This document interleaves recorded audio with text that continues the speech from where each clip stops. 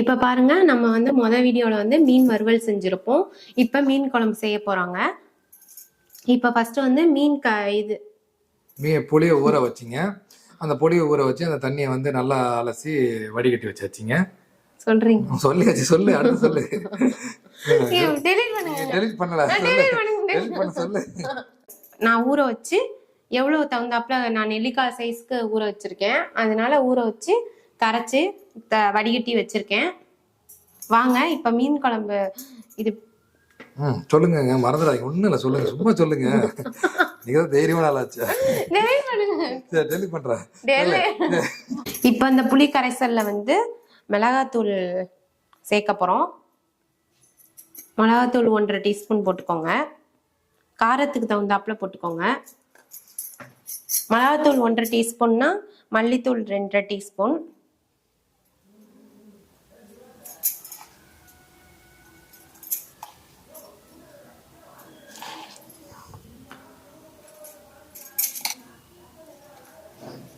அதான் எங்க போடாம விட்டியன்னு பார்த்தேன். போடு போடு.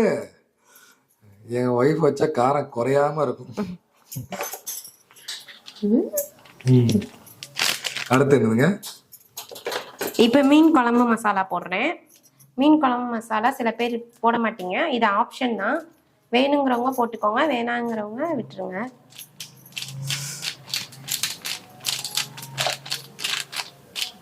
இது 1 டீஸ்பூன் அளவுக்கு போட்டுக்கிறேன்.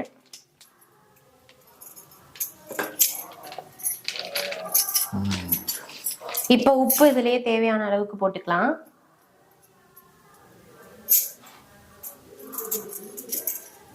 இப்ப இத வந்து நல்லா கட்டி இல்லாம நல்லா கரைச்சிக்கலாம். இப்ப பாருங்க, மீன் குழம்புக்கு நம்ம மீன் எடுத்து வச்சிருக்கோம். இதுல வந்து ஒண்ணும் இல்லைங்க, இதுல வந்து மிளகாத்தூளும் கொஞ்சோண்டு மஞ்சத்தூள், உப்பு இதை போட்டு கொஞ்சம் பெரட்டி வச்சிருக்கேன். ஏன்னா மீன் போடும்போது இதுல கொஞ்சம் உரப்பு இதுல ஏறும், மீன்ல ஏறும். அதனால இதை வந்து பெரட்டி வச்சிருக்கேன். இப்ப பாருங்க, நம்ம மீன் குழம்பு வைக்க போறோம். அதுக்கு நான் மண் சட்டி தான் வச்சிருக்கேன். இப்ப ஃபர்ஸ்ட் எடுத்தோடனே நம்ம நல்லெண்ணெய் ஊத்திக்கலாம்.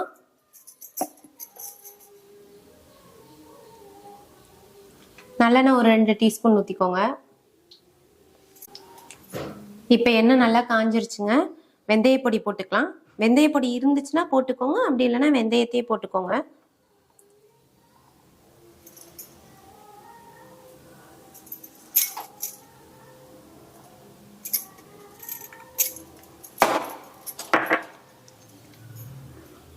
அடுத்தது பூண்டு போட்டுக்கலாம். பூண்டு 2 பல்லு உரிச்சு வச்சிருக்கேன்.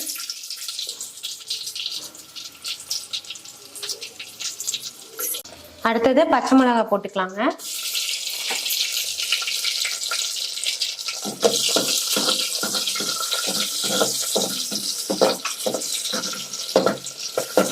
அடுத்து வெங்காயம் போட்டுக்கலாங்க.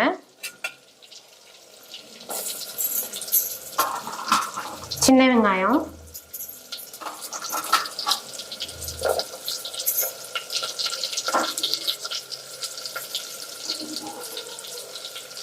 இப்ப அடுத்து கருவேப்பிலை போட்டுக்கலாங்க.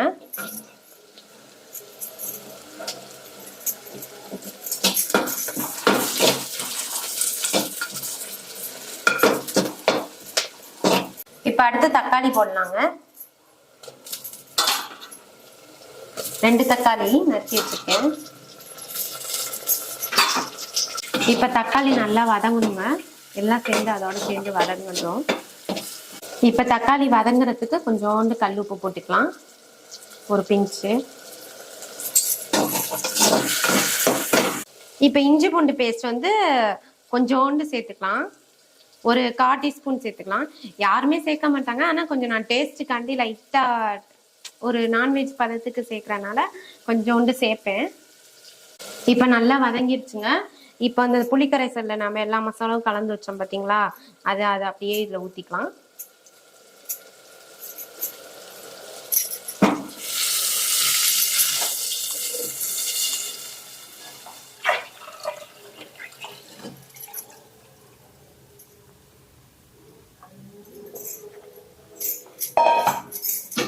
இப்ப இது நல்லா கொதிக்கட்டுங்க. ஒரு 5 நிமிஷம் கொதிக்கட்டும்.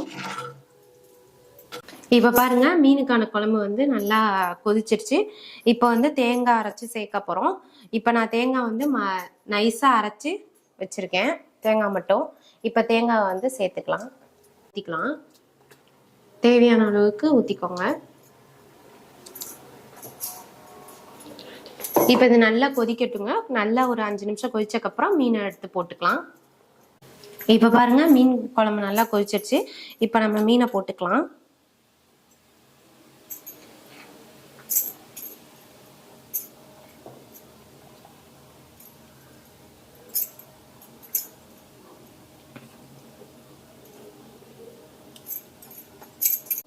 இப்போ மீன் போட்டாச்சுங்க. இதில் இது ஒரு 10 நிமிஷம் இல்லைன்னா 1/4 மணி நேரம் கொதிக்கட்டும்.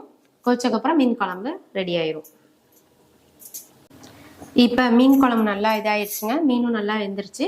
இப்போ இதை இறக்கி வைக்க போகிறோம். அவ்வளோதான், ரெடி ஆயிடுச்சு.